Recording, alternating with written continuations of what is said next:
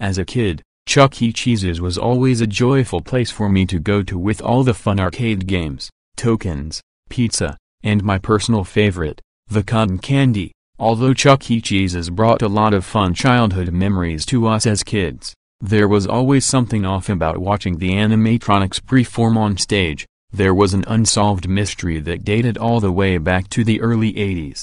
Around 1981, about several kidnappings took place within what was used to be called Chuck E. Cheese's Pizza Time Theater. During that year, at a birthday party at one of the Pizza Time Theater locations, one of the kids was going to the bathroom and never returned back. An hour had passed, so their parents went to go check on them to see if they were okay, but they had no response from their child and began to report it to the employees, then eventually the police. Later that night, the phone rang from an unknown number and the mother answered. A person on the other line, who had claimed to be one of the children's parents at the birthday party they'd went to earlier that day, said that their child had left with them and was with them the whole time, and said that your child had gotten permission from you guys to leave with us. The mother felt relieved but confused at the same time because her child would never lie to leave with somebody else. The mother asked if she could come pick up her child, but the phone got staticky and was disconnected. She tried calling the number back, but it was no longer in service, so she called the police and explained what had happened. Another incident happened the next day,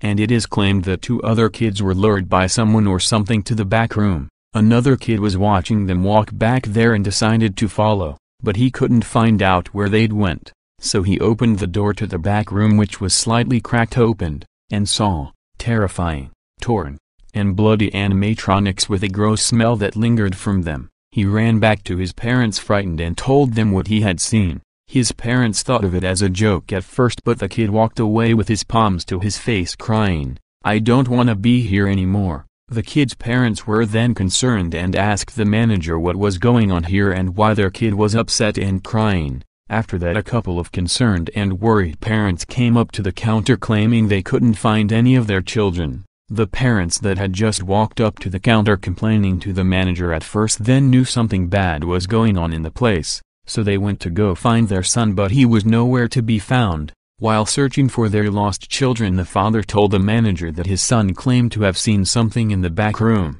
so they went to check back there, but the room had nothing but cleaning equipment. The place had shut down and the police started an investigation. 4 of the workers at the place were brought in for questioning: the Chuck E. Cheese mascot, the manager, one of the employees, and the janitor. The main suspect was the Chuck E. Cheese mascot because he was the only one who used the back room frequently for putting on his suit. At the time of questioning, the mascot claimed that he was already out and walking around before the incident took place. The janitor was also considered to be the main suspect but was dismissed due to the fact that he only worked there during after hours.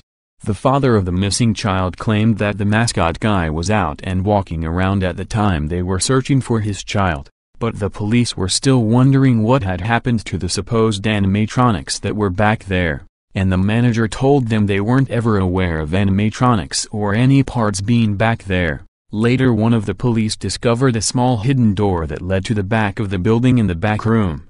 Someone has been using it to go in and out. Several months later, a new Pizza Time Theater opened up and kids were absolutely unsettled by the animatronics at this location. Parents claimed to have seen blood dripping down from one of the animatronics' mouths, and the rancid smell coming from them as well. The place had received a bunch of negative feedback and was shut down not too long after just opening. One witness claimed to have seen a man in a Chuck E. Cheese suit without his mask who was probably in his 50s, carrying animatronic parts out of the restaurant and putting them in the back of his white van. One of the arm parts looked like it had a bloody bone sticking out of it, but the man took off quickly, never to be seen again. Many believe he was the guy responsible for the missing children at the other location before it was shut down. To this day, his identity or whereabouts are unknown. After all these years, the mystery still continues and has inspired many video game creators with ideas such as the popular video game we know today, Five Nights at Freddy's.